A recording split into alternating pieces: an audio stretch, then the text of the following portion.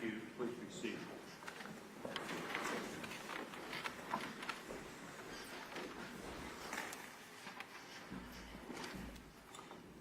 This is an action entitled State of Ohio Plaintiff versus George Washington Wagner the Fourth. It is case number 2018 CR 155, and it comes on for a hearing today. It's the 5th of April, 2022, on defendant's motion number 76, entitled Defendant's Motion in limine requesting a pretrial evidentiary hearing to determine the admissibility of Shoeprint evidence and opinions. That was filed in December 16, 2021. We also had some other motions, I think, we're going here today, 78, 79, 83, and 84, but I believe counsel has indicated to the court that they may not be arguing those today. That'll be determined in a few minutes, I guess. We're starting later than we had scheduled to start. We had more or less last-minute notification that our stenographer was unable to appear today, and so quite an effort was being made to locate someone else, another court reporter, and this lady has been kind enough to come from her regular duties in Franklin County to be appointed a reporter for this court to take this hearing, so we appreciate that. The defendant is present in court today with his attorneys, Mr. Parker, John Parker, and Richard Nash. The state of Ohio is represented by Rob Junk, prosecuting attorney. Also special prosecuting attorneys Angela Wagner and David Andrew Wilson. The court will note at this time that the defendant is appearing in civilian clothing without visible restraints. Is the defense ready to proceed on the motion? We are ready. Is the state ready? Yes, Your Honor. Does either party wish to make any kind of an opening statement on behalf of the defense? Will be. All right. Then how do you wish to proceed? Are you calling a witness, or do you wish the state to call Mr. Bodziak to testify? I believe the state will, and we don't oppose that. Is that sufficient? Yes, to do Your it that way? All right. You wish to call Mr. Bodziak? Yes. Your Honor, at this time, the state would call Mr. Bodziak to the stand.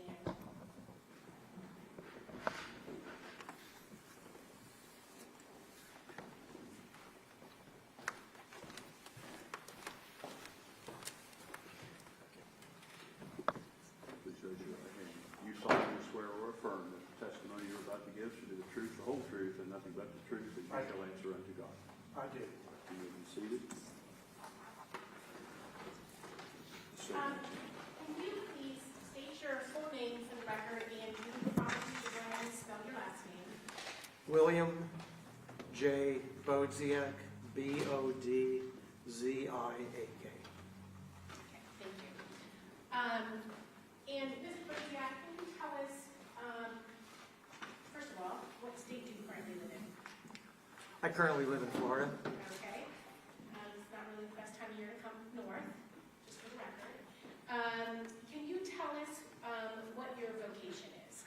I'm a forensic consultant and examiner.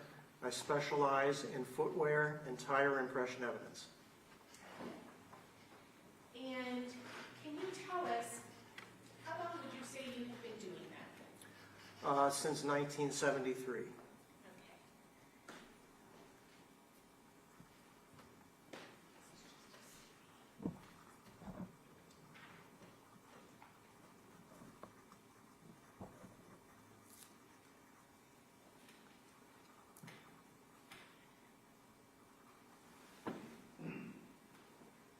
Your Honor, may I approach the witness? Yes. Mr. Bodziak, I'm going to hand you more or less for your reference, but certainly to identify for us what's marked as State's Exhibit Number 1. I believe that is a 3-page document. If you could look that over and tell us what that is, please. This is a 3-page curriculum vitae that I had provided with regard to my training and experiences. Okay. And can you tell us what qualifies you to be a forensic footwear impression examiner? What kind of training, what kind of education do you have? Well, I was appointed a special agent of the FBI in 1970, and because of my science degree in biology and chemistry, I was requested to transfer, and was transferred back to the FBI laboratory in Washington, D.C. in August of 1973. Upon my arrival there, I underwent a 3-year course of training. That was in the section known as the question document section, which not only conducted examinations of handwriting, but impression evidence like rubber stamps, seals, the old typewriting, mechanical typewriters, and things of that nature, but also included examination of footwear and tire impression evidence, because the formation of two-dimensional footwear and tire impressions were the same as those document type of impressions. After 3 years of training, I was deemed qualified by the FBI laboratory and began receiving my own cases, which I examined and then, if necessary, went to court on. Okay. And how long were you with the FBI? For 29 years. Okay. And what portion of that was spent in the laboratory? About 24 and a half years. Okay. And approximately how many footwear impression examinations would you say you have done over the entirety of your career? Literally thousands of cases, each of which could include many independent examinations. If I got a case with one impression of one shoe, that would be one exam, but normally I would get numerous photographic images, sometimes original evidence, multiple pair of shoes, and each of those, comparing each one with each other, was independent examination. So tens of thousands of examinations or more.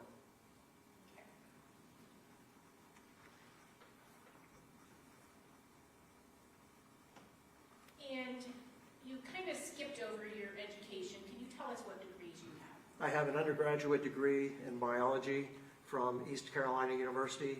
I have a master's degree in forensic science from George Washington University. And have you been certified to do footwear impression examinations? I was certified by the FBI when I worked there. Since I retired in 1998, that no longer is valid. I was then certified years later when the IAI started a certification program. I was certified by the International Association for Identification. Okay. And can you tell us what that organization is? The International Association for Identification is the largest forensic science group in this country, perhaps the world, and it involves itself with many different disciplines, including footwear and tire, fingerprints, blood, and so forth. Okay. And have you served any roles with the IAI? Yeah, I was on the subcommittee for footwear and tire impression evidence, and at one time I was the chairman. I'm considered a distinguished member, but that's mainly virtue by my age and how long I've been a member. I provide workshops there, training during their yearly annual meetings in most years since the mid-'80s, and occasionally make presentations on other things to the general body. Okay.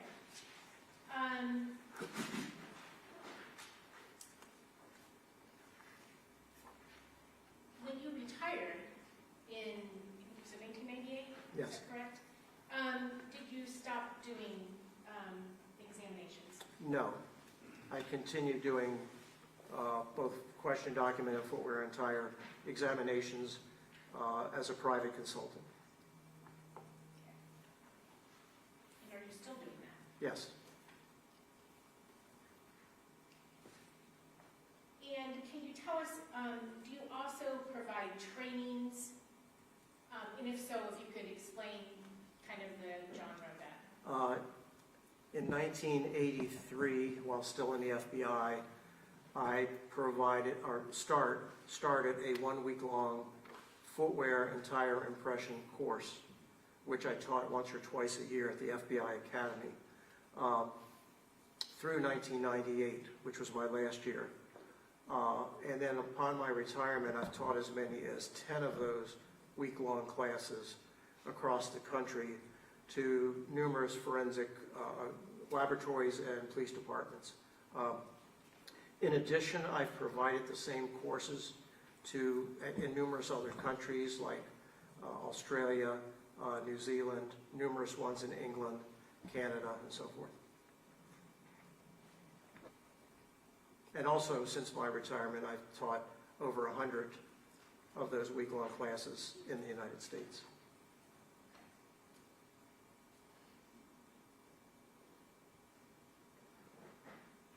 Have you authored any books in the field of forensic footwear evidence?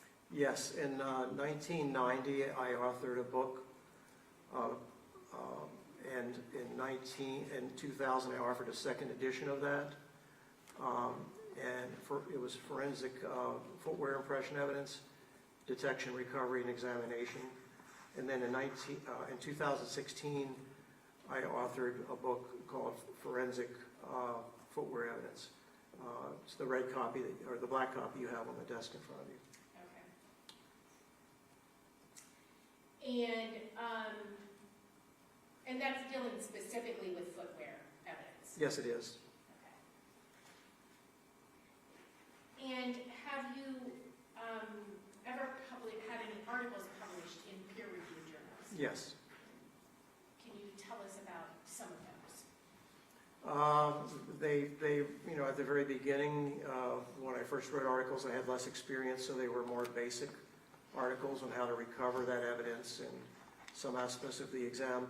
In the 80s, because of the numerous times I had been to footwear facilities and recognized how important it was to understand how shoes were made, and tires as well, I published a couple articles on manufacturing processes and made presentations of those articles at the American Academy of Forensic Science and the International Association for Identification.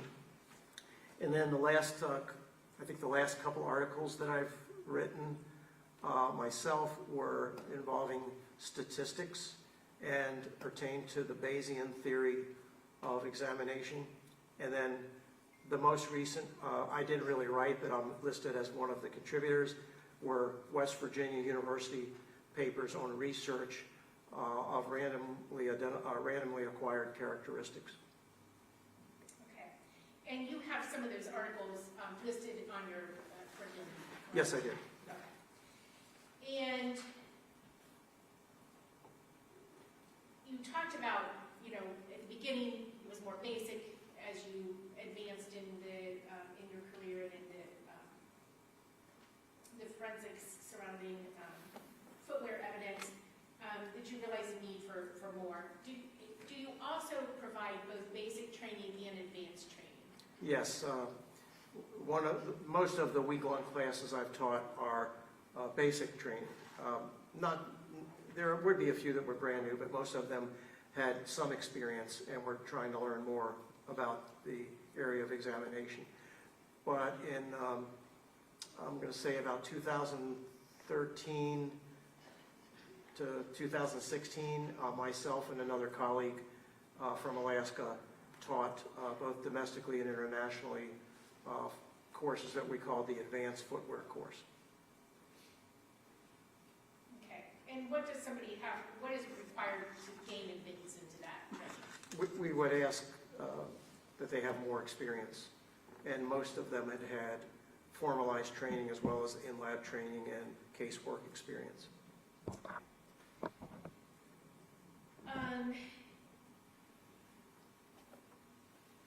Have you testified previously in court regarding footwear evidence? Yes, I have. And can you tell us approximately how many times would you say you have testified? Considering all of the areas that I examined, over 500, probably 3/4 of that would be with regard to footwear evidence.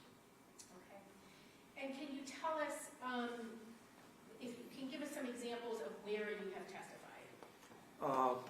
I think every state but North Dakota.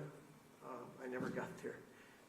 And in Canada, in some of the U.S. possessions like Saipan, Guam, Puerto Rico, St. Thomas, St. Croix, and then also in Israel and in South Africa.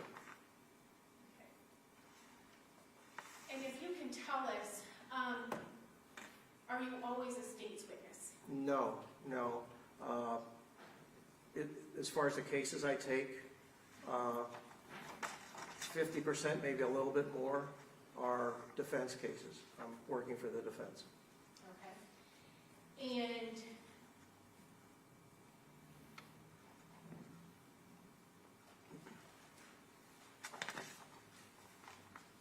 have there been times that your testimony has exonerated somebody who is accused? Yes, many times. Okay. Contributed to it. Okay. And specifically, in Israel and South Africa, in those cases, were you testifying for the defense? I was for the defense, yes. Okay. And have there been times where you have offered testimony that contradicts other persons who were rendering an opinion in the area of footwear? Yes. Okay.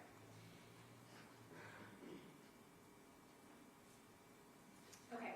Have you ever been the editor for any scientific journals? Yes, for a long time I was an editor for the Forensic Science International Journal, up until a few years ago, in which case I requested them to remove me because I'm trying to cut back. Then I am still, for a number of years and currently, for the Journal of Forensic Identification. That's an International Association for Identification journal, and it comes out about 6 or 8 issues a year. And normally they would ask people on the editorial board, such as myself, that are familiar with the topic that's being written on. They would usually have at least 3 reviewers that would do blind reviews. In other words, I would not know who the author was. Okay. And then what is your job as a reviewer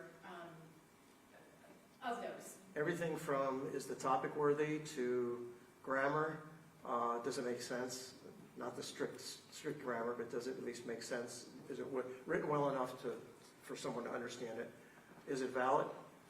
Is it based on accepted scientific principles? Is it, if it involves research, was the research adequate, and have they documented it and supported what they did? Everything possible that I could review. Basically, I'm critiquing it to either reject it or to accept it, or to accept it with contingencies, meaning I might suggest they go back and do more research, or they put some illustrations in to support their hypotheses or their conclusions. Every case, everyone's different. Okay. And do you belong to any other organizations or professional affiliations in this area? For a long number of years, I belonged to the American Academy of Forensic Science. That membership was mainly because of my question document experience, and at one time I was secretary and chair of the document section. But my presentations, ironically, at the American Academy were always in footwear evidence, and that was in the general section.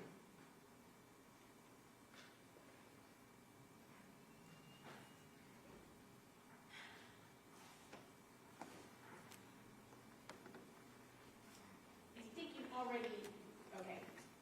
And I think if you can just talk to us about when you were at the FBI and you were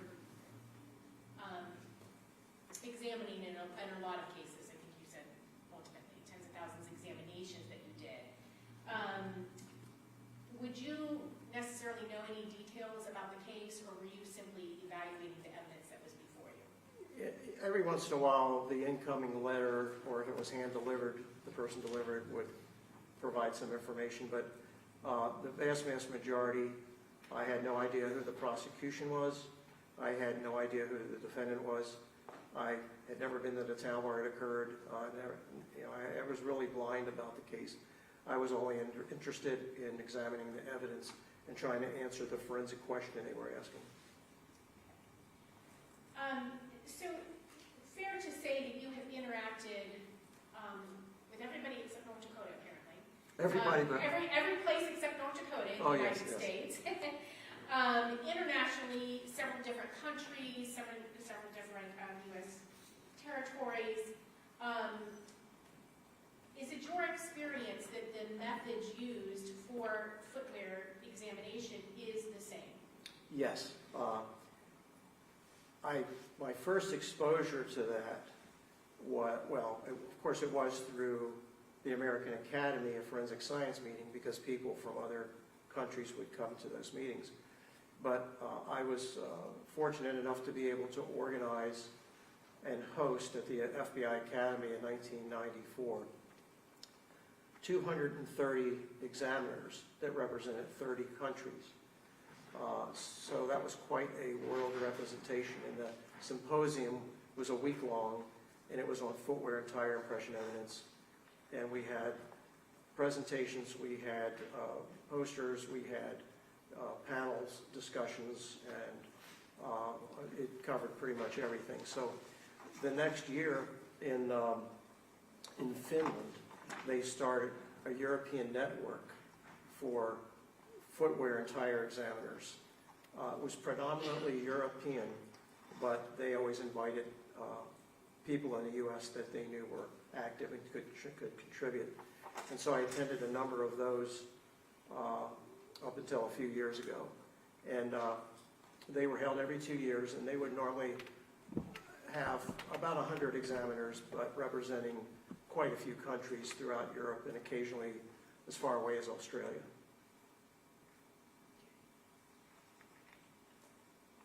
And obviously the IAI provides, certifies people in this field, correct? Yes. In footwear examination. And are you aware of if they make use of your book at all in preparing the students for the written portion of that exam? All of the books that I've written from 1990 on are used as required or recommended training materials for their, what they call their recommended course of study, and also for their a lot of their questions on the certification written test is from the books I've written, and most laboratories around the world use that.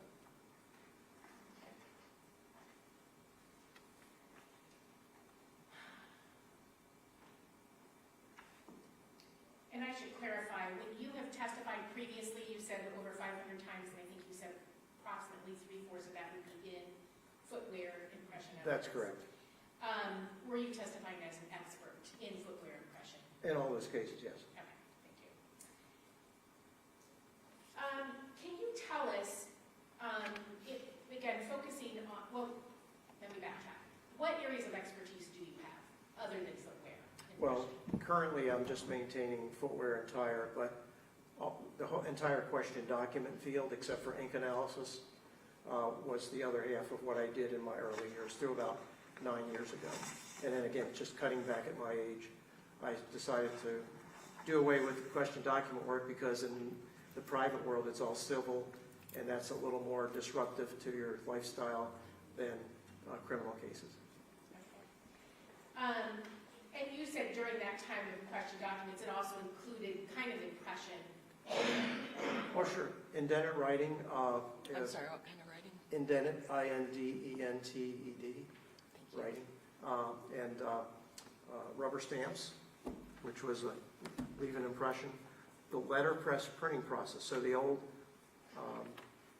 Ben Franklin type printing presses, where you set the letters and the roller came over and inked them, and then they pressed into the paper. Those were impressions.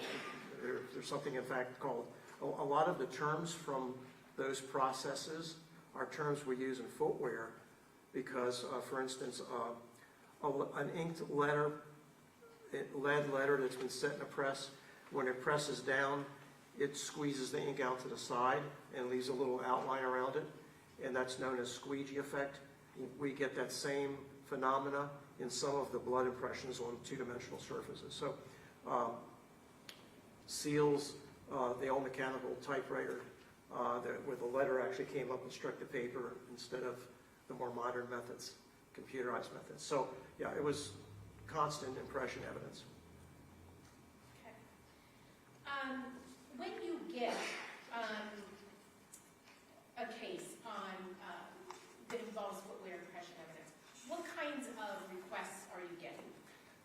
In most cases, the reason that case is being submitted to us, or submitted to me now, first in the lab, is because there was a crime. At the crime scene, some footwear impressions were recovered, photography, casting, lifting, different methods, and they had a pair of shoes of an individual who they believe may have made those impressions, and they were requesting me to compare those shoes with the crime scene impressions. So that's the majority, but there's also requests when they don't have shoes for comparison, and in those cases they may request to determine brand name, also may request to determine size, also may request to enhance the impressions, which I would normally do in a regular exam. So there's a lot of other types of examinations that could be performed if there are no shoes. Okay.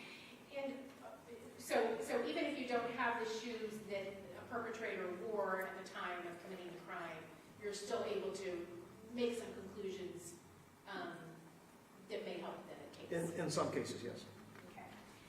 And in fact, in this black book that you wrote, do you describe that as highly reliable when you're able to do that, if you're able to make that? Well, brand identification, it depends on each case. And it depends on if I'm asked to do it 30 years later or 2 months after the crime. So there's a lot of variability in what you can find, what you do find, and what that means.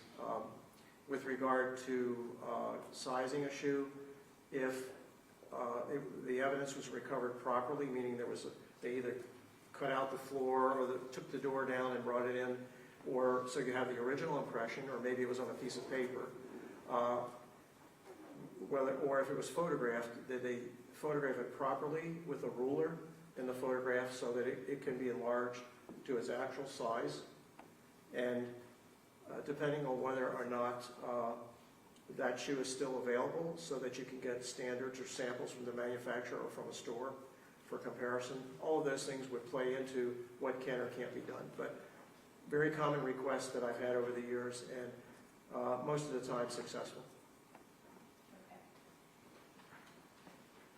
Okay. And most of the time successful in that you're able to exclude or include Yes. the item. Yes. Okay. And in cases where a brand has been identified for you already, and again, without a recovered shoe, and have you ever been asked to determine size Yes. of that impression? Many times. Yeah. Okay.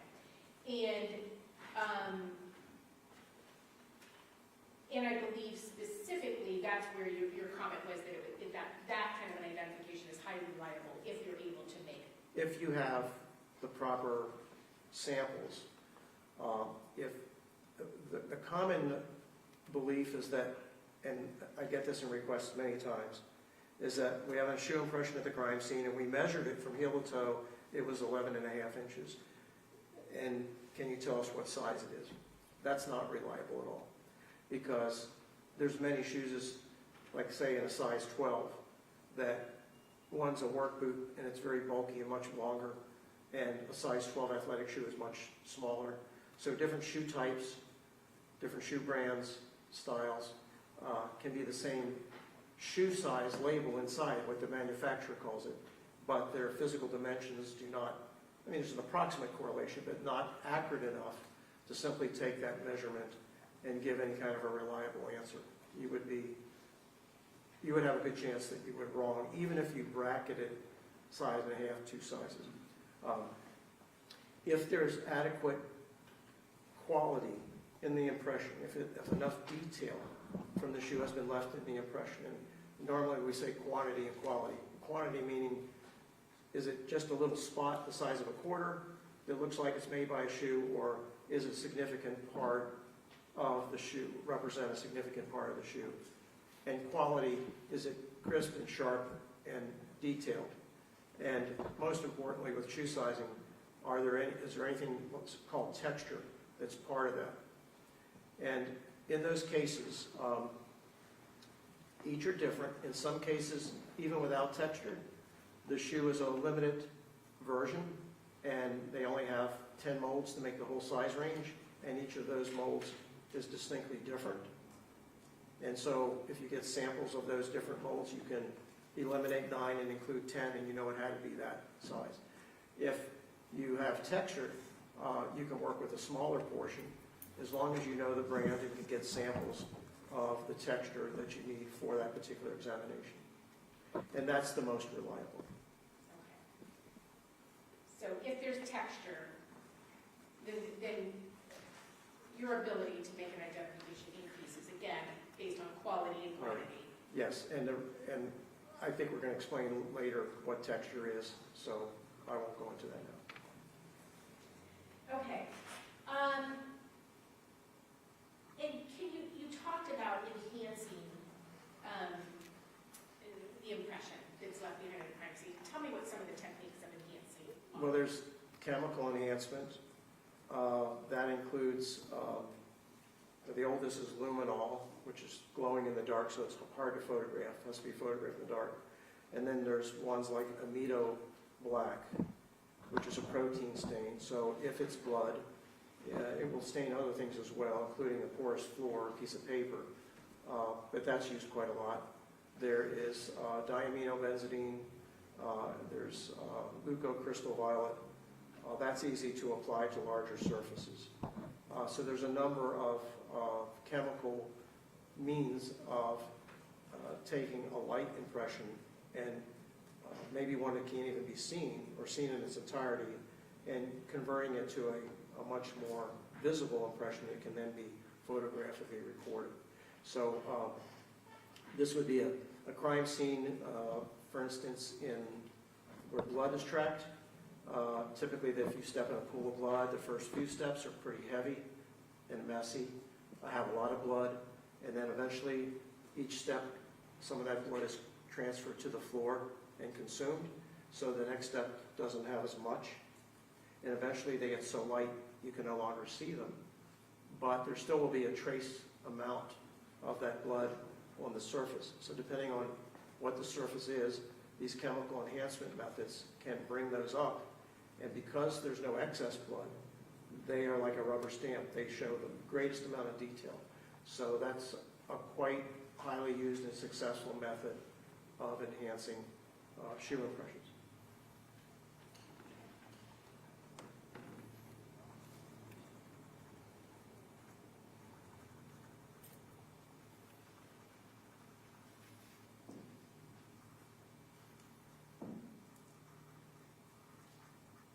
Mr. Bodziak, have you testified in daughter hearings before? Yes. And do you have a PowerPoint that includes some slides to kind of describe some of these methods and such? Yes, because I had been requested for that in the past, and I had that, and I will update it every once in a while, but I do have a copy of that. Okay. And is that here with you today? Yes. Okay. Your Honor, at this time, I would request the court's permission to project that up there just to aid in while he's testifying. Objections to that?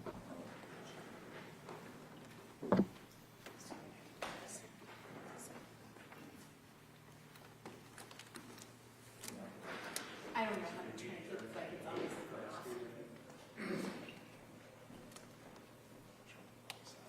Yeah, you can put it away. I don't think I did. Yeah, I won't get it. I promise. As long as the judge is.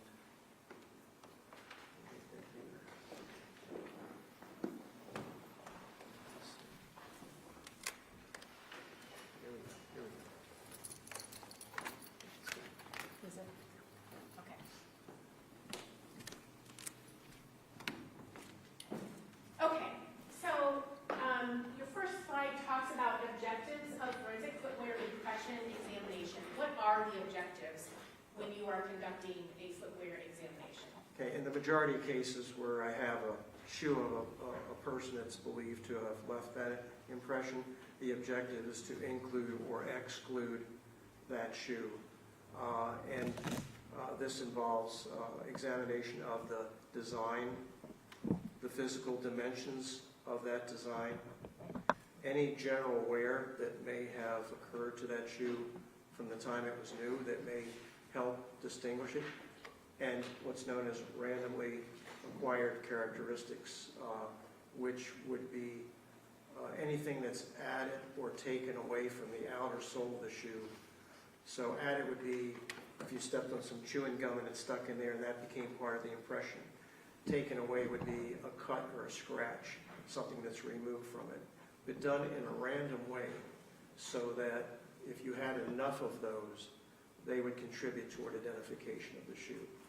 Now, in a case where I don't have the shoe of an individual, this type of comparison, or part of this comparison, would still be involved in comparing mold characteristics with standards from that manufacturer. Okay.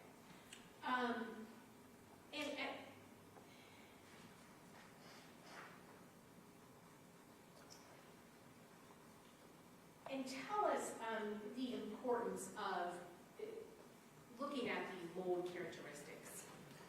Well, in shoes that are not popular or are limited shoes, they're not your Nike Air Force Ones or Air Jordans.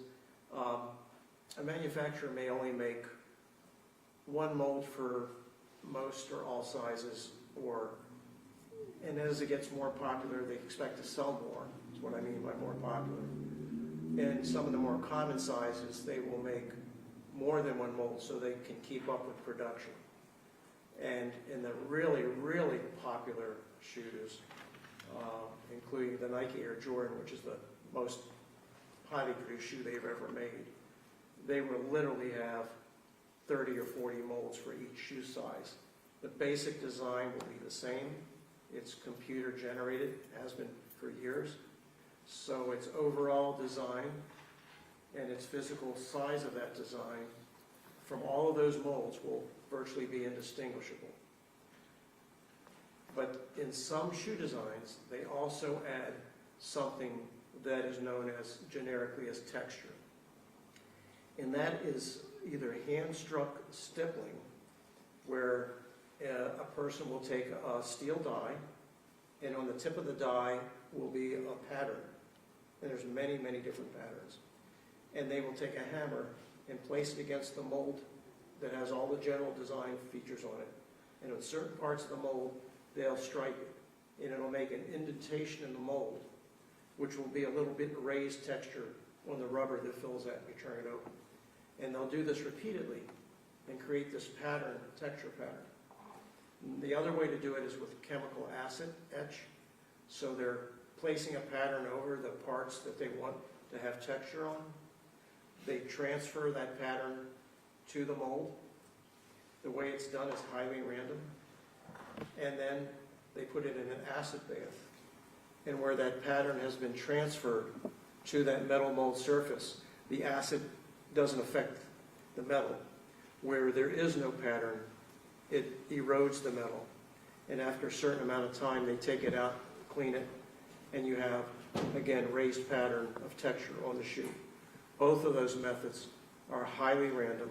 I've observed both of them and gone into shoe stores hundreds and hundreds of times just to compare multiple shoes in one size, and have used it in casework in countless cases to size shoes and to make comparisons. And it's used for both inclusion and exclusion. So it could be the mold features are different, the texture is different, in which case that shoe could not make an impression, or it may be the same as on that shoe, which would include that shoe, but also could be used for sizing purposes, since every mold is going to have a different, completely different texture. Okay. So for instance, and I know we have a video that we can share with the court also, but if I'm responsible for making the mold for a size 11 shoe, and you're standing beside me making the mold for a size 12 shoe, suffice to say that I'm going to be doing my own thing over here, and you're going to be doing an entirely different thing next to me. Yes. And they will not be the same, just because of the human differences. I don't think it's possible to make them the same, even if you wanted to, and because there's hundreds and hundreds of things that could vary during the process, and it's pretty microscopic. And the shoe industry is extremely economically based. It's very competitive, and it's time consuming enough to put texture on shoes. Originally when it was used, it was on more expensive shoes. Now you see it in other shoes as well. And it's not on every shoe, and it's not on the entire surface of every shoe, but it is something that you find quite a lot. And there's no way to duplicate that. And there would be no reason to duplicate it, because the consumer wouldn't even know it was there, wouldn't pay attention to it, and would need a magnifying glass and a certain amount of knowledge to even know if it was the same or different. So there's absolutely no reason or way to duplicate that. Okay. And you said that you have observed this process. Yes. Can you talk to us about that? I've observed it in videos, and I've observed it in factories since I started going to factories in the 70s. And I didn't see it at every factory, because not all of them make their molds. Most of that is done by specific mold companies. Most of it today is done offshore, so meaning out of this country, just because of the labor costs of doing that. Approximately how many factories would you say you've gone to? Footwear and tire, I know it's about 35, and I think maybe at least 25, 26 were footwear.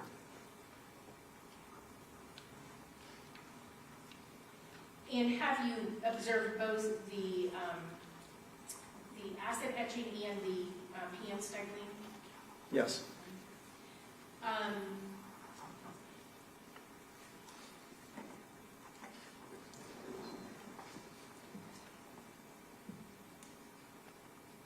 If you go ahead to the next slide, sorry.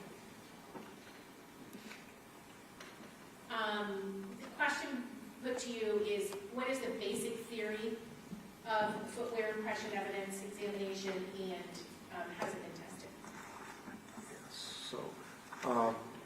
So on the next slide, which is, I guess I duplicated the title on the one slide, it's the same one today. So footwear, shoes of people leave impressions. Everybody has looked behind them when they got out of a swimming pool or walked down the beach in the sand, and you leave shoe impressions. So some of these are on two-dimensional surfaces where shoes acquire material like dust, dirt, mud, blood, so forth. And then they redeposit it in subsequent steps. Where three-dimensional impressions involve the pressing or impressing of that shoe design into a pliable surface like sand or mud or clay or snow or so forth. The same is true of tires. And so both of these are possible, and both of them leave or potentially leave the four categories that I would examine in a footwear or tire examination. And what are the four categories? The design, which includes possibly texture, the size of that design, the acquired wear, and any randomly acquired characteristics such as cuts, scratches, stones stuck in the groove, chewing gum, nails, whatever. Okay.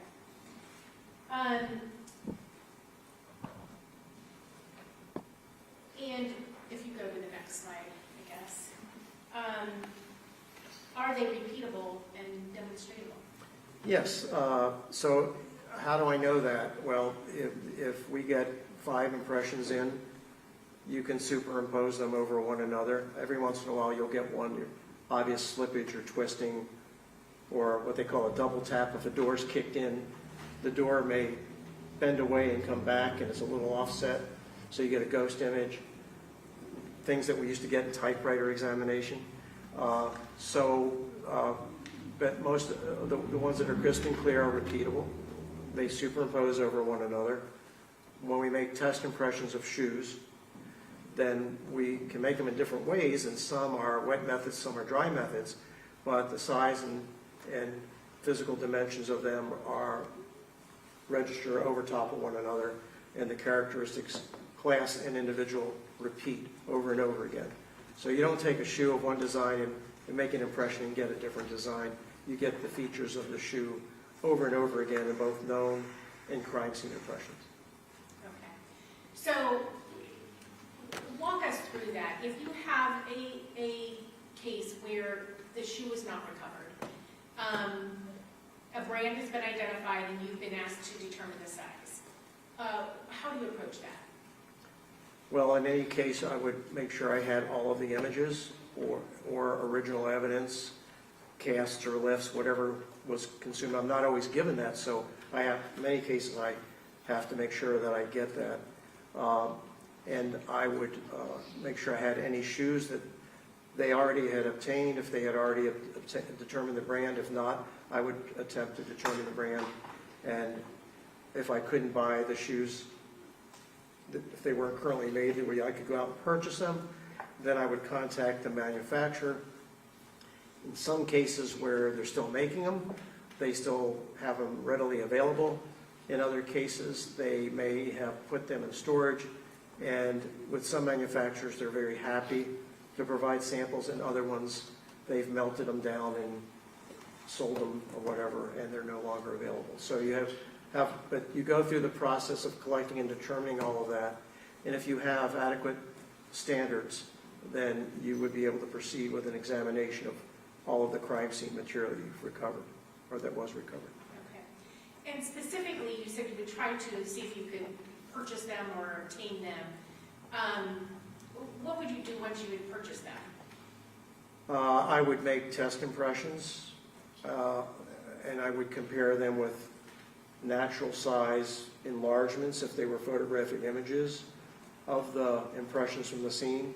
If I had original evidence, I would actually put a clear, transparent form of that known impression directly over top of that crime scene image. So you're not a generation away, you've made an original impression in a clear, transparent form, and you're placing it over, let's say, a dust impression on a door or a blood mark on a piece of tile or whatever. And so the scale is exact.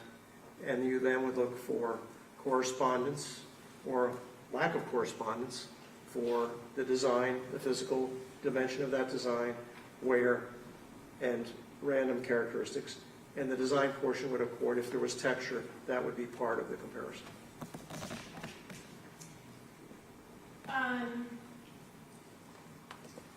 And is this practice used worldwide? Yes, the same methodology, the same method of using overlays and making them, the same procedure you would go through is standard throughout the world.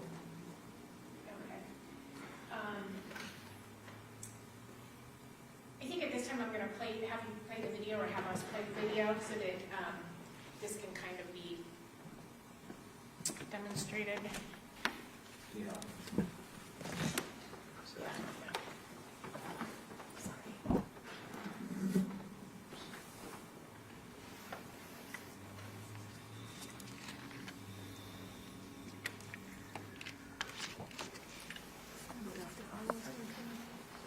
It doesn't have any wrong for the first 10 or 15 seconds. Okay, that might be why.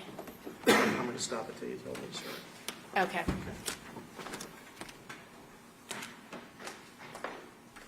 First of all, can you tell us what this video is? This is a video that I made a number of years ago. Since I've gone to many manufacturing facilities,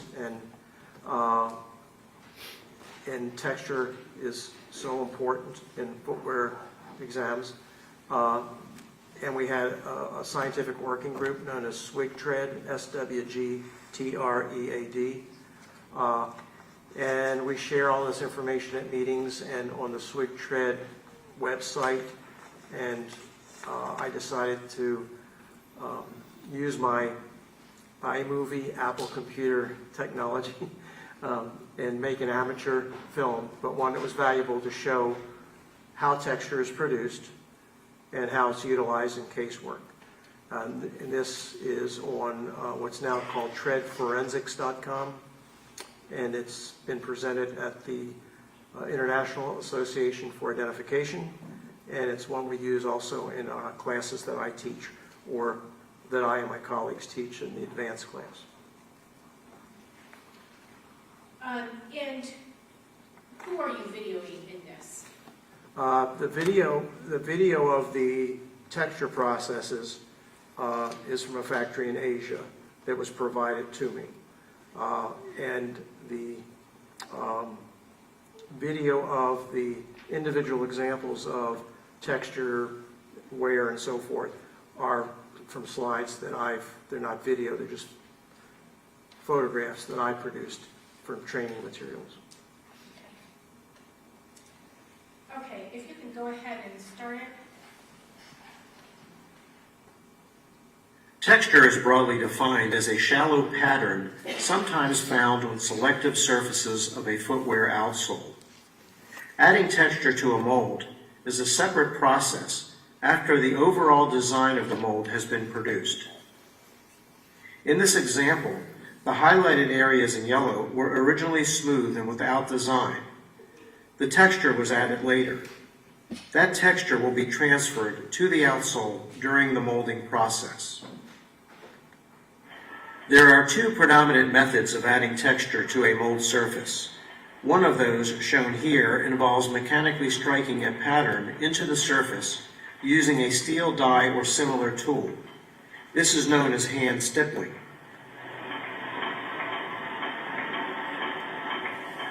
A second method.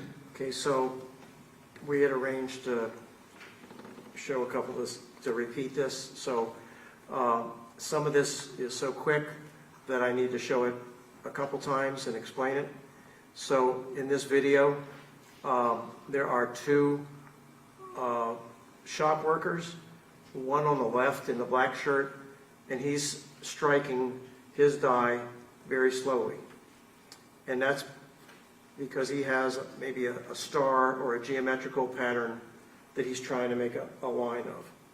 So he can't go as fast. There'll still be variations in how hard he strikes it. It goes deeper, or if there's a little bit of angle, or if his spacing is off a little. But he's taking a little bit longer. But I'd like to draw the attention to the majority of hand-struck stippling, which is the person in the blue shirt. And if you look at their hand that's holding the small die, and if this was the die, he's holding it very gently like that and striking it with the hammer. I'll back this up. You'll see that he's striking it quicker, and he rotates the mold at one time, which in relationship to the tip of the die means now it's coming in at a different angle. And then about 3/4 of the way through, you'll notice his fingers go like this, and he's rotating the die in his hand. And what you can't see is that he's overlapping these strikes. So if the tip of the die is this big, and it has a pattern on it, by going over it and rotating it and turning the mold and overlapping it, then you're destroying a part of a prior strike in a random way, and the amount you rotate it, the amount you turn the mold, gives you that random pattern in a very small area. And as I'll show later, there's more to that, but I think I have a slide later, because the relationship of that texture, even a small part, to the rest of the design of the shoe is highly relevant, because not only does it replicate the randomness of that texture, but its position on the shoe. So again, going back, how could this be repeated? It really can't be. But does it repeat in a shoe? Yes, it does. And the fact it repeats in every shoe, and that it's not repeatable in terms of creating a duplicate, is what makes it so highly reliable for the specific examination of a mold.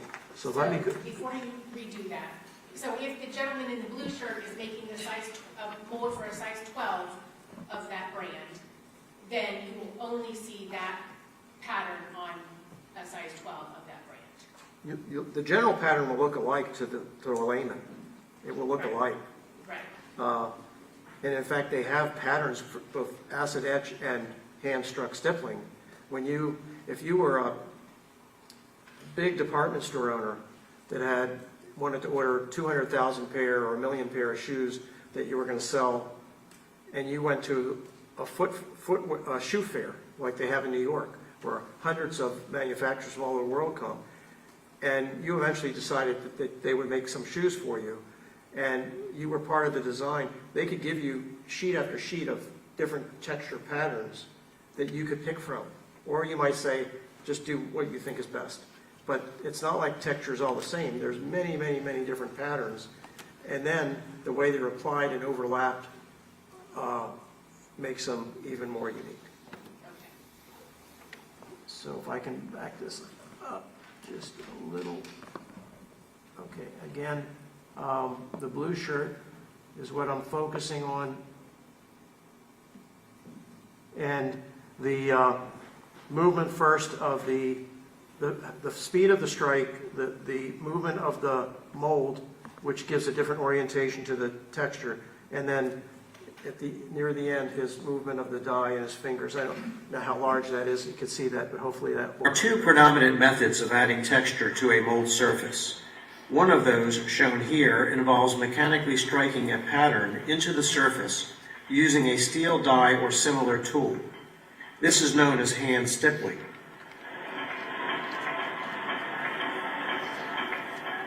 A second method involves a process known as... So should I proceed, or should I stop it here for a second? I think that was viewable? Yeah. Okay. Yep. Go ahead. So the second method is chemical acid etch. chemical acid etching that involves transferring a pattern on paper to the mold surface and then subjecting the mold to an acid bath. This close-up of the same small area of 3 outsoles shows examples of both hand stippling, indicated by the red arrows, and chemical acid etch texturing, indicated by the green arrows. The difference between the positioning and features of both the hand stippled and acid etched texture patterns on each of these shoes is apparent. In another example, examination of the same small areas of 4 outsoles from 4 different molds of the same size is shown.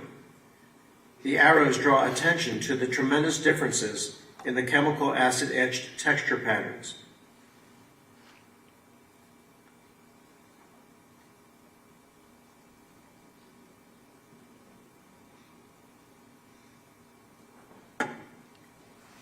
The creation of the texture design begins on the computer.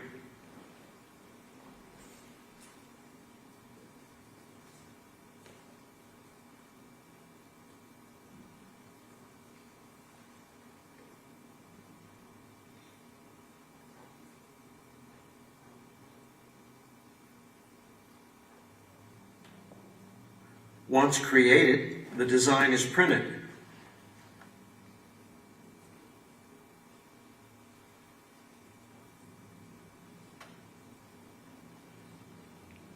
An ultraviolet light sensitive emulsion is applied to a nylon screen.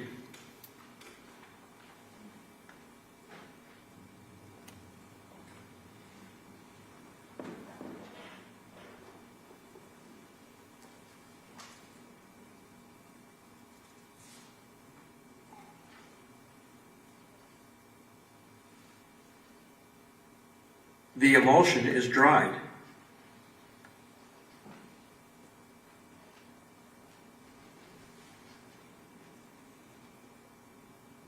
With this piece of equipment, the emulsion is tightly pulled against the design on the paper and is exposed to intense ultraviolet light. The light is blocked in areas where the printed pattern is present, but the emulsion hardens in the exposed areas. After exposure, the screen is washed, and the exposed areas that have remained soft are washed away.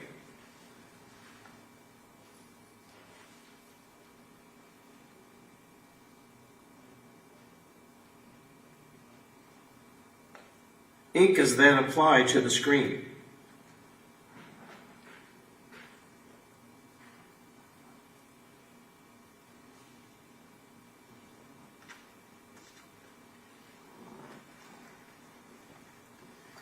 The screening process transfers the ink through the screen onto a special soluble paper.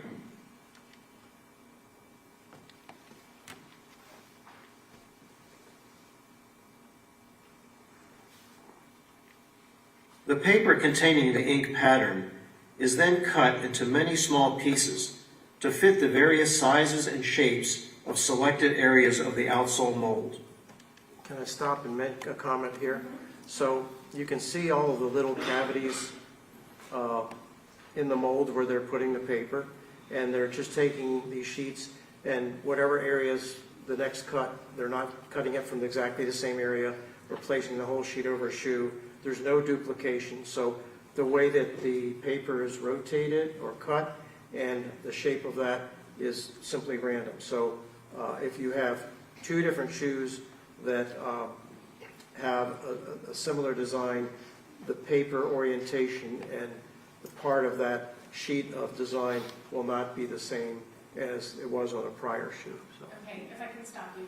So, and you made this comment before, to the lay person looking at that, it's going to appear the same. Yes. Because the pattern that was generated by the computer is the same.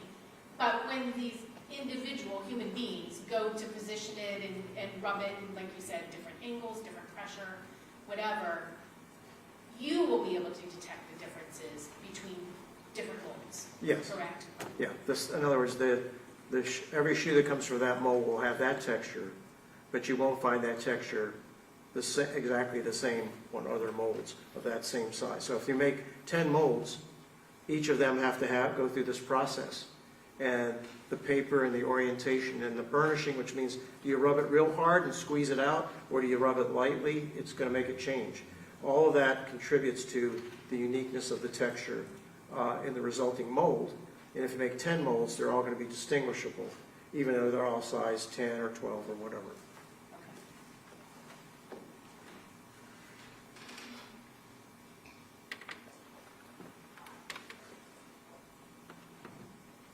This random cutting and positioning results in different portions of the texture used for each mold, as well as their varied orientation within the mold. The back of the paper is burnished. This process transfers the pattern firmly against the mold surface, but also creates additional variables in the precise pattern due to the varied pressure, quantity of ink, and direction of the burnishing process. In the areas where the ink is transferred to the mold, it will protect the mold surface from the acid. The paper will later dissolve when the mold is placed in the acid bath.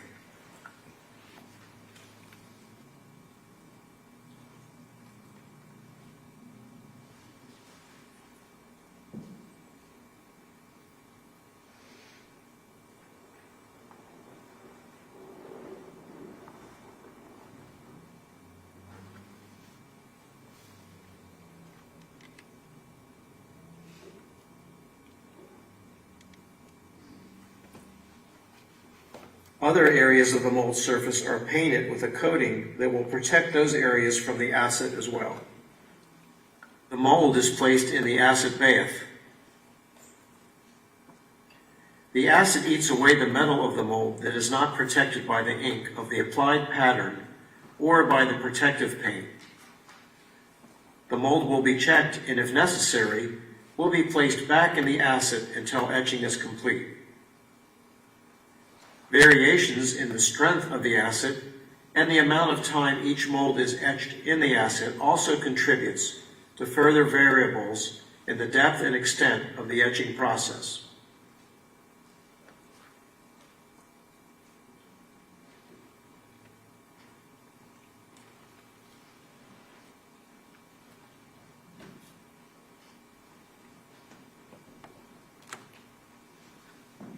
mold is transferred to a neutralizing solution to stop the effect of the acid and to remove the protective paint.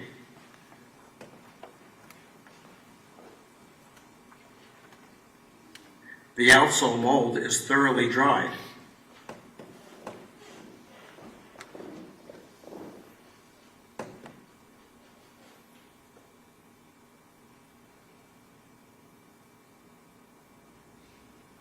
Here, a silicone cast is made of the mold design during quality control to check for areas that need touching up.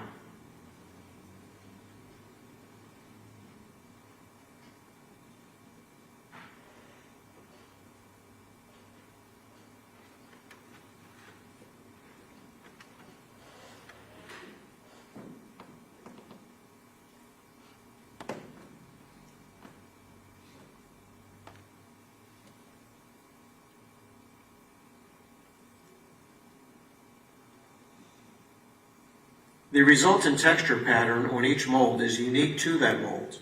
In this example, the same small area of two outsoles that originated from two size 10.5 molds of the same brand and style reflect the varied patterns created on different molds.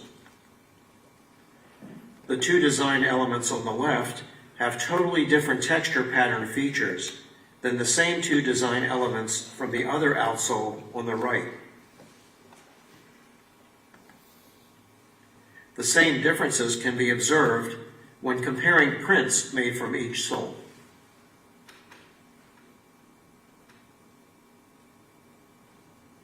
Because the texture is highly random and is unique to a specific mold, comparisons of textured portions of a crime scene impression that correspond with the respective areas of a shoe's texture allow for a conclusion that the crime scene impression originated from the same mold that produced that shoe. Texture is also valuable when comparing general wear, since the shallow texture on outsoles wears away quickly and often provides a clear visual evidence of the position and degree of that wear. And texture is valuable in cases where the shoe sizing is requested because if adequate standards are available, the texture in a crime scene impression can be linked with a specific mold.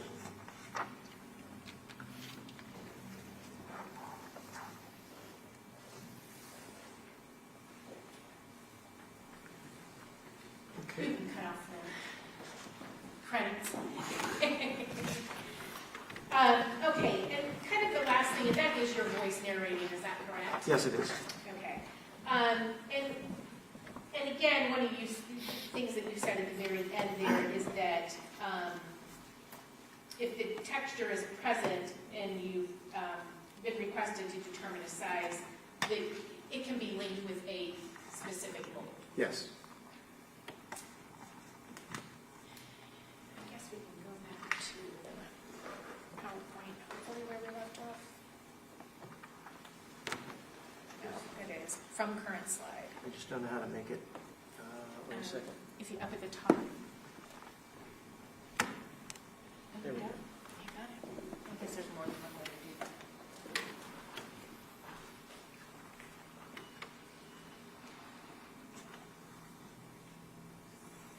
Okay, if you can go back one, I think. Okay. And again, I mean, we've covered a lot of this, you know, certainly. But your examination, is that, no, next one. Do you not have the next one? Oh, maybe I went. I skipped ahead meeting.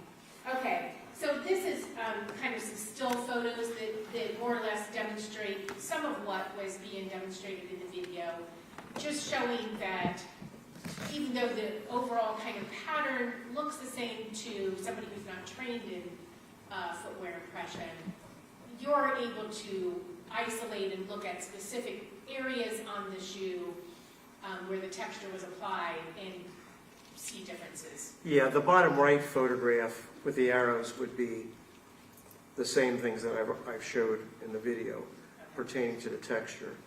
The top photographs are an example of cases that we get where we may have 6 shoes provided to us of 3 different individuals. And let's say that the impression at the scene had the pattern like the shoe on the left. The one on the right obviously couldn't make it. It's simply not the same design. That's very plain and apparent. But you do get cases where they have a shoe of the same style from the same manufacturer. It's not the same specific design, but it looks to most people like it is. And in the middle photograph, it shows how, in this particular shoe, the rectangles known as, the manufacturer refers to them as brick, the brick pattern. They are generated in the mold making process by a computer in both the design and manufacturing phase. And they will always be the same throughout the entire size range. So if they start sizes at 6.5 and go to 14, then the bricks will always be the same. But what that means is that there'll be more bricks in larger shoes, and they will interact with the perimeter and other portions of the design, like the flex grooves, and they can be distinguished based on just the general mold characteristics. So that's the example in the middle. Okay.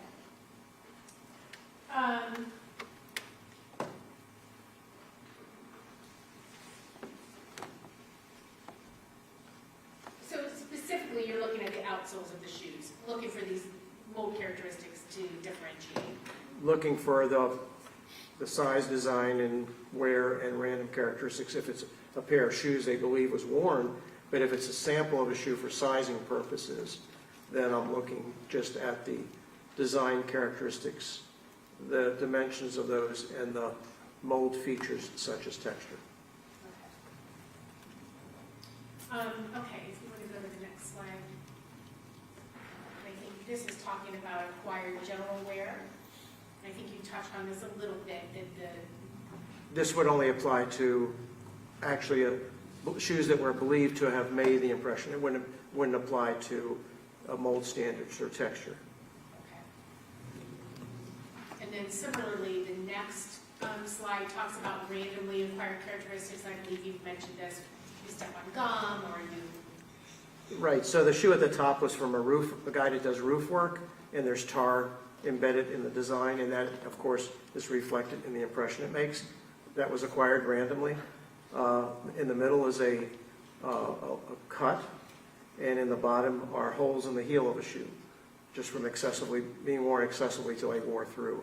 So these are all randomly acquired characteristics. And again, this would be if you had shoes of a person believed to have left the impression, and you went through the methodology, and first you confirmed that the design corresponded, and then you, through overlays, saw that the size, dimensions of that design corresponded. At that point, you could say any shoe of that same size and design could have made it. And then you find that maybe there's some wear characteristics, or maybe not. You may be able to use that depending on the case. And then eventually you would look for randomly acquired characteristics. And it's those with an actual shoe that's believed to have left the impression.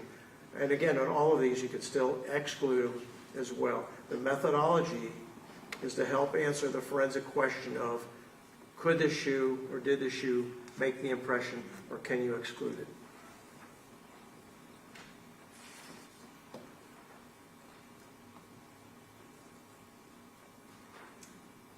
And then,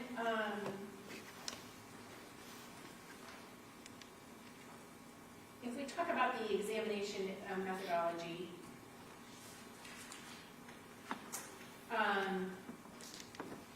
you say here, I'm sorry, is that, yeah, on the next slide, I'm sorry.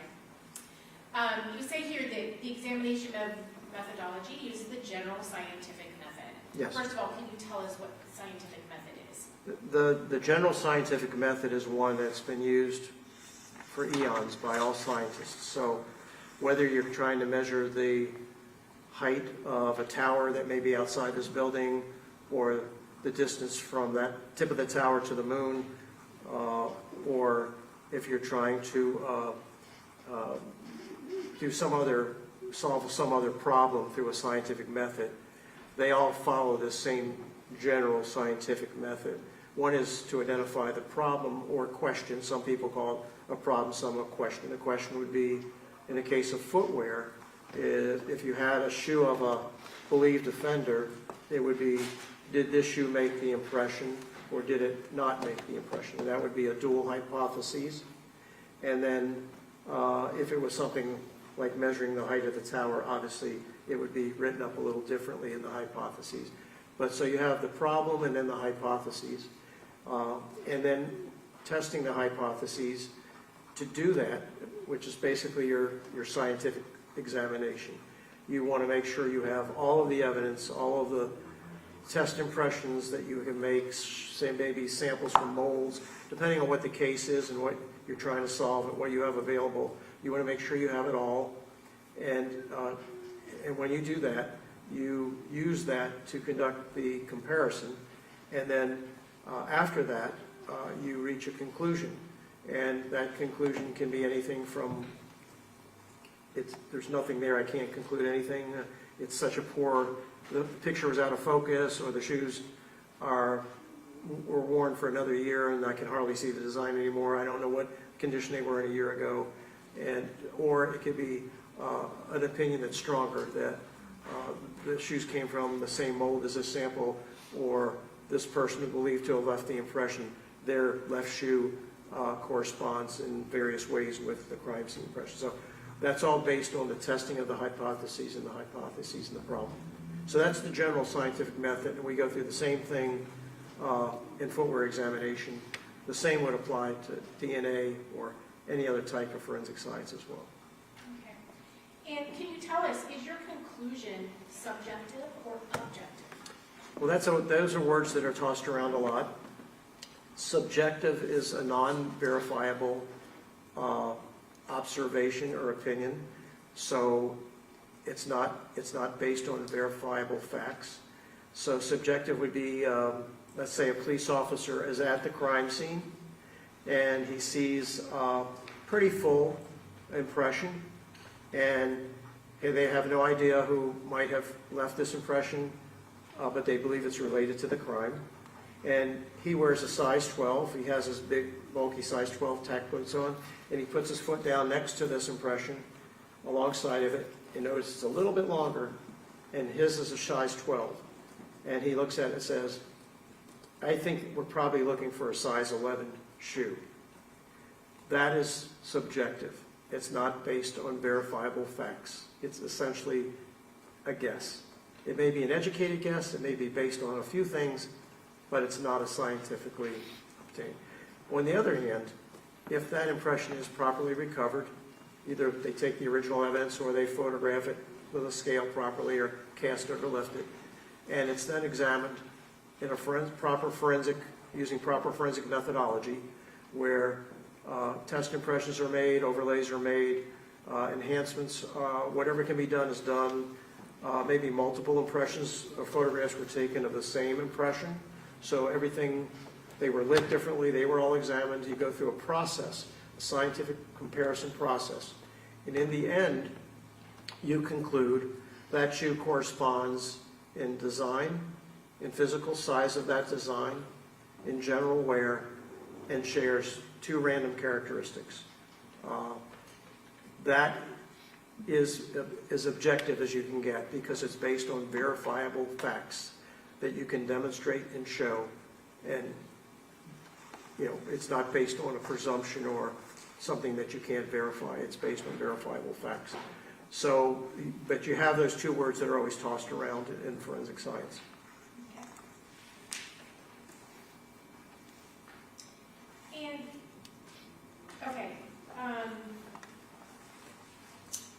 Let's go on to the next slide then. And this is talk about the physical comparison that's being made between each crime scene impression and each shoe using side-by-side and superimposition methods of comparison. Can you tell us what the superimposition methods are? Side-by-side is just laying the crime scene impression next to a known standard, whether it be texture from a mold or a shoe or a suspect's shoe.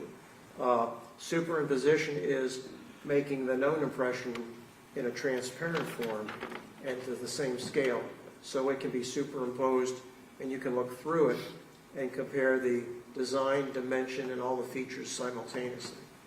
And that's the most accurate way. You can't do that with fingerprints because they change a lot in sizes, but you can do it very well with tires and shoes because they're rigid and they leave that same relationship and proportion.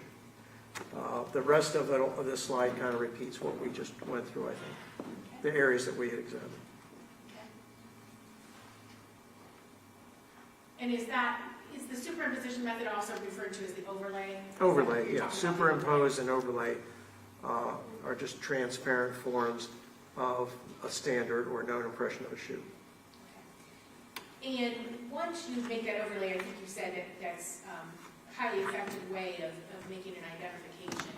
Is that something that you can demonstrate to others? So Yes. So if I found, it's also a way to exclude the shoes too, because we do get shoes in casework that are the same or similar design, and the impressions are very partial, and you just can't look at that and do that, but when you actually compare it, you realize, wow, there's an extra line, or this doesn't meet here just the way that does, and you can see enough that you can say, if that person did it, they had more than one pair and that was the other, or maybe it was someone else that did it, but we can exclude that shoe based on that comparison. So all this methodology is used, in fact, to exclude as well. And in fact, of all the examinations that are done, of all the thousands of comparisons I made, the majority of results are exclusions, because many times you get multiple pair of shoes to be compared with one impression. So exclusion is very much a part of this methodology.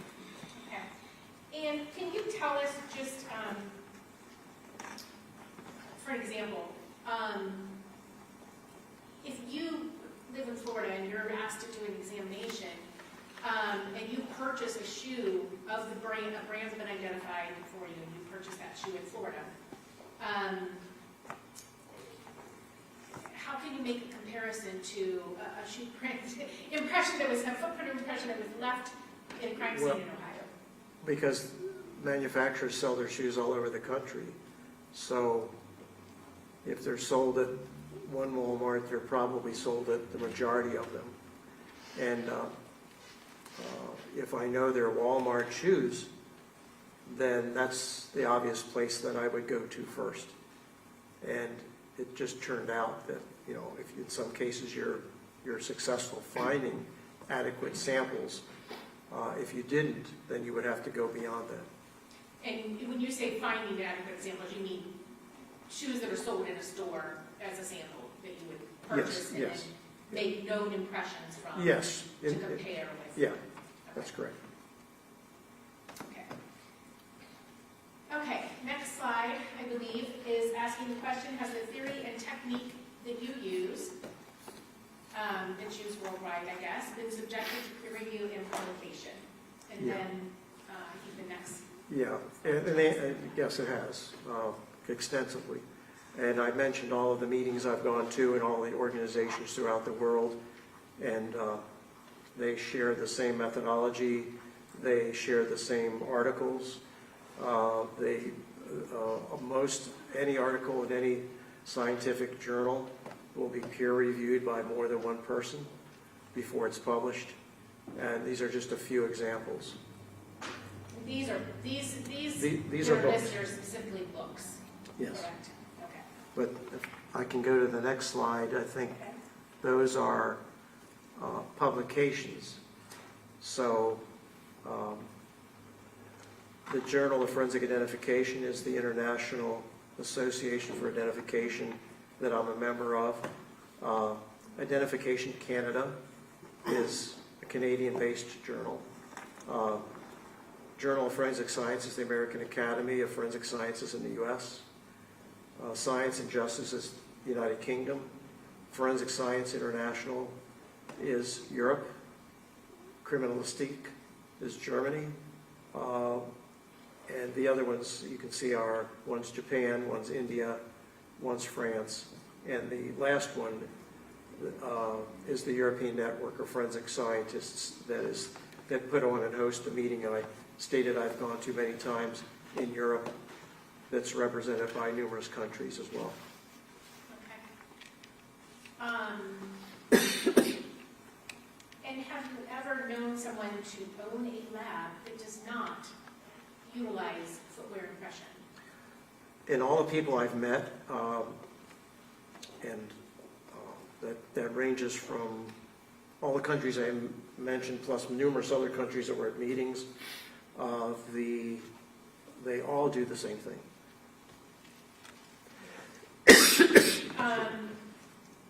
If you go on to the next presentations and workshops on footwear and tire impression evidence. Would you like it? I thank you. Your question was? I think the next slide talks about presentations and workshops on footwear and tire impression evidence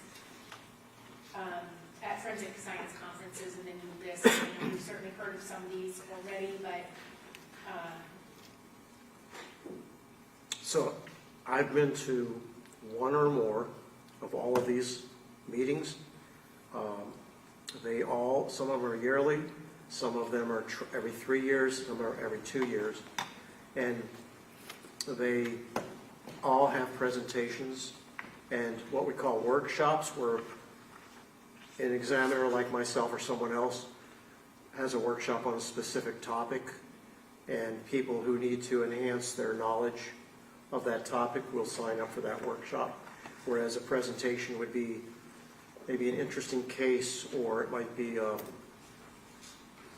there's one that I'll probably be given in a couple of years if I'm able to get that done, and that pertains to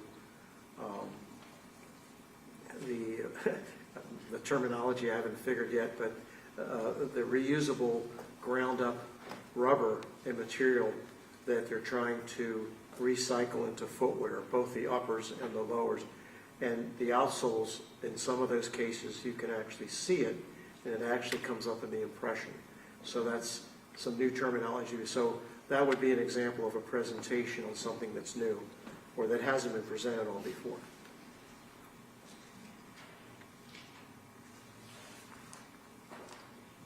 okay, the next question is, are these methods universally accepted and standards governing the application of theories and techniques? Yes. Are they? Yes. Okay, and if you can expound on that? Again, listing when we say are they accepted, all of the organizational meetings and groups that I've been a member of and known of and interacted with have accepted these same standards. Many of the people from around the world are on the scientific working committees that produce these standards. Originally it was in the U.S., which,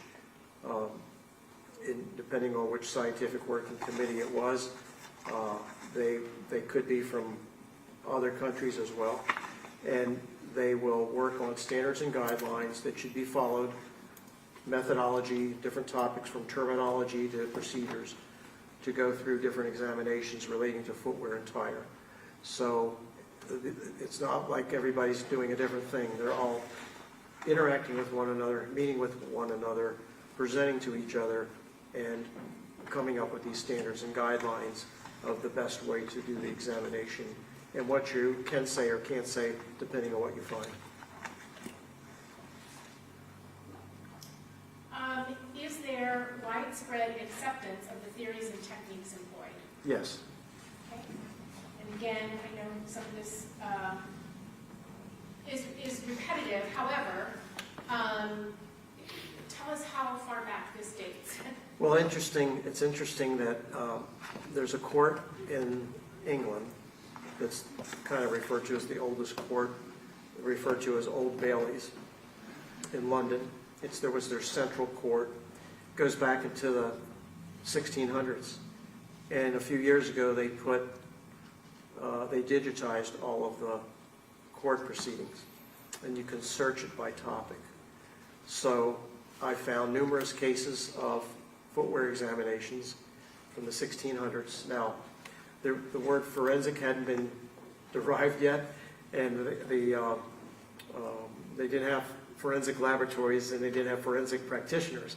So depending on what it was, they would go to a medical examiner or a police official, or just do it in a different way. But the evidence was observed and used as far back as any record I've found.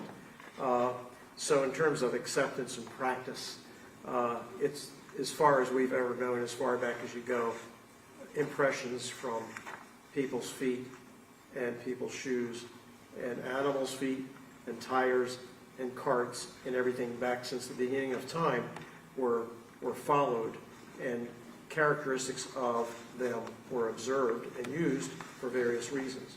In the case of a wild animal, it might be to track them, recognize the animal, track them because they're a hunter. In the case of a lost child, just following the same design to try to find the child, and those are known as trackers. And in the case of a crime scene, to properly recover the impression evidence, the footwear or tire, and compare it with whatever you have to compare, a standard or a suspect tire or shoe. Okay. And we already talked about the techniques are the same throughout the world. They're practiced in laboratories throughout the world, accepted by courts throughout the world. You already talked to us about the 1994 FBI Symposium, where there was 30 different countries represented. And specifically that this evidence has been accepted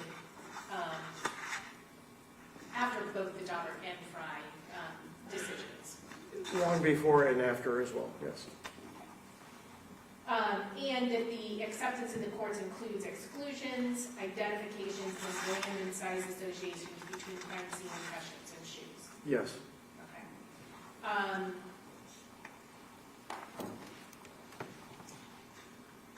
The last question, I think, if you go to the next slide, is do the techniques that you employ or that are employed have a known, what's called a known error rate? Okay, so let me explain the different types of errors. Since this pertains to the Daubert decision, Justice Blackmun, the Supreme Court Justice that wrote the decision, commented about the scientific method, which I described. But more importantly, that case pertained to a voice print spectrograph.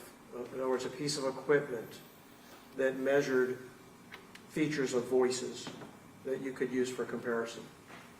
And those had to be calibrated, and they had a limited accuracy. I'm not a voice print expert, but in the general description given in that case, that was the problem.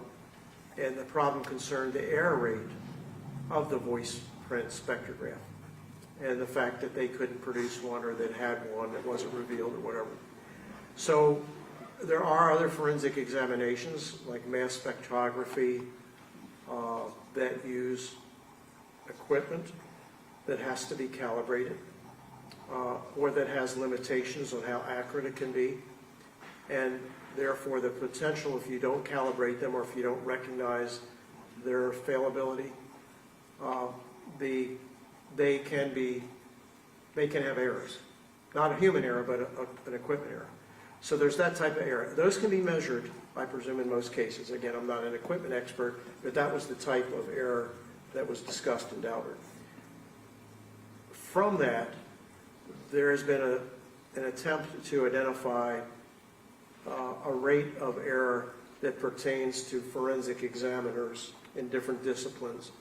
This discipline of footwear impression evidence is no different. There was an attempt in question documents. And so in a call to do that, it was a very broad request. And there just is not a way to calculate an error rate of a human. A human can make a mistake, a random mistake. They could reach the right conclusion but type it wrong on the wrong line of the report. There's a lot of mistakes a human can make. If they make substantive mistakes with regard to the exam, and unfortunately that happens because many forensic exams are done by people, well-meaning, but maybe a detective that hasn't the proper training and experience, but thinks they can do the examination, testifies in court, and it turns out it may not be completely correct or might be wrong. So there's no way to control that. It's possible. But in terms of actually going into a forensic community of well-trained, properly trained examiners and saying, what is your error rate? The only way, since every case is different, and in each of those cases, real cases from real crime scenes, no one knows what's, the term is ground truth. No one knows what the ground truth is. The ground truth in a scientific experiment is the actual answer. So if I asked you, if I weigh this bottle, let me give you a better example. If I make a Shoeprint test, and I have one of my old worn out left shoes, I know which shoe I'm using, and I make an impression, and then I give this test to a number of people and ask them to make a comparison. I know the ground truth. I know it was my shoe.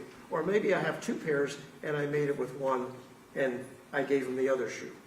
I know the ground truth. So that can be done in class situations. It can be done in proficiency tests. And you can use those to assure that a forensic examiner is doing the right thing and test whether they, in a proficiency test or a class, they are reaching.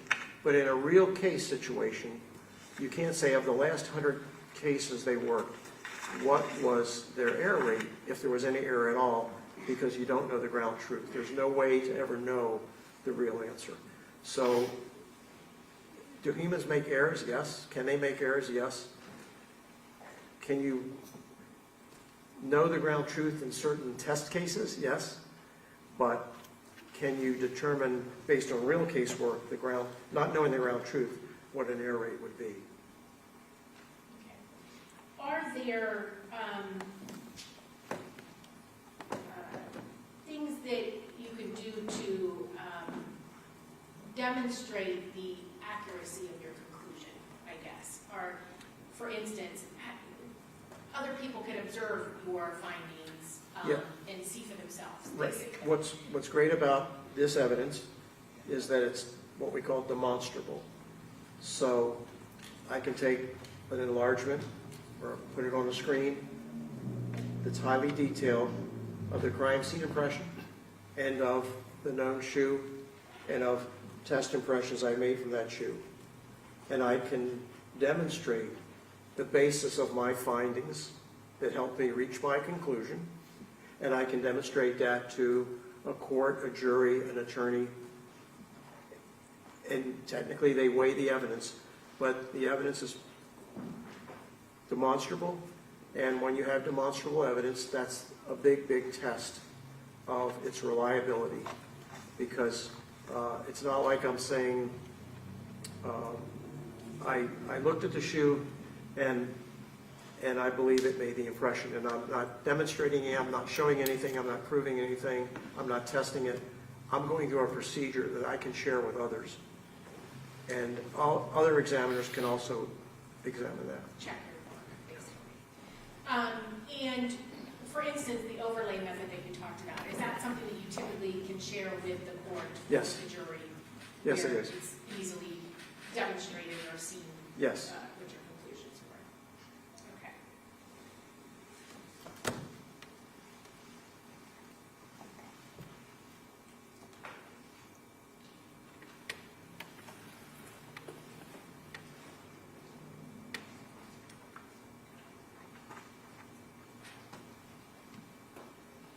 To your knowledge, have you ever made a wrong identification? Not that I'm aware of.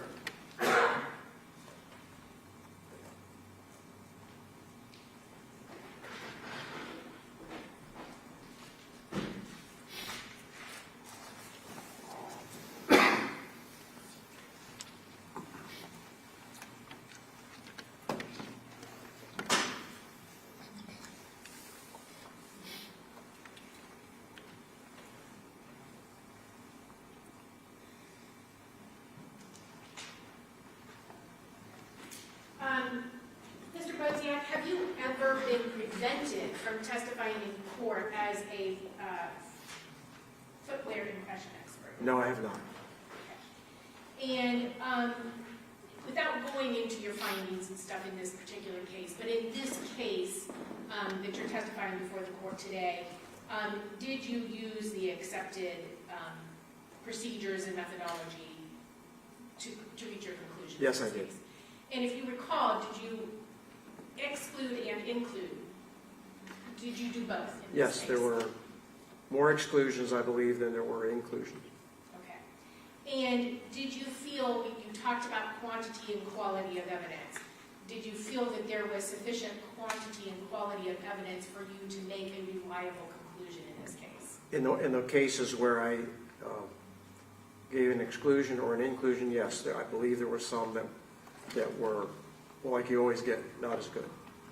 So you may include a shoe size, you may exclude a shoe size, you may say, sorry, but there's just not enough here for me to make a conclusion one way or another. That's right. Okay. And if that was the case, you stated that in your findings? I would, yes. Okay. Okay. I have no questions at this time. Do we want to take a break now? I'm not sure how. Sure. All right, why don't we take about a 10-minute break right now before defense counsel questions.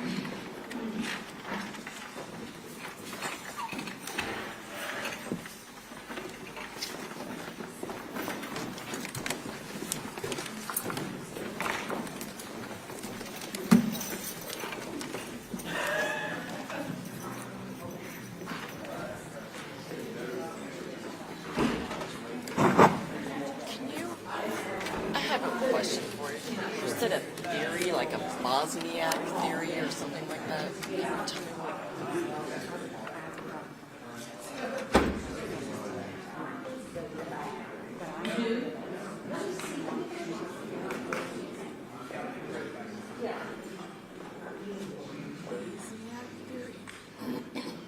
I don't know. Okay, I will read. Let me get Okay. more of a context. Okay.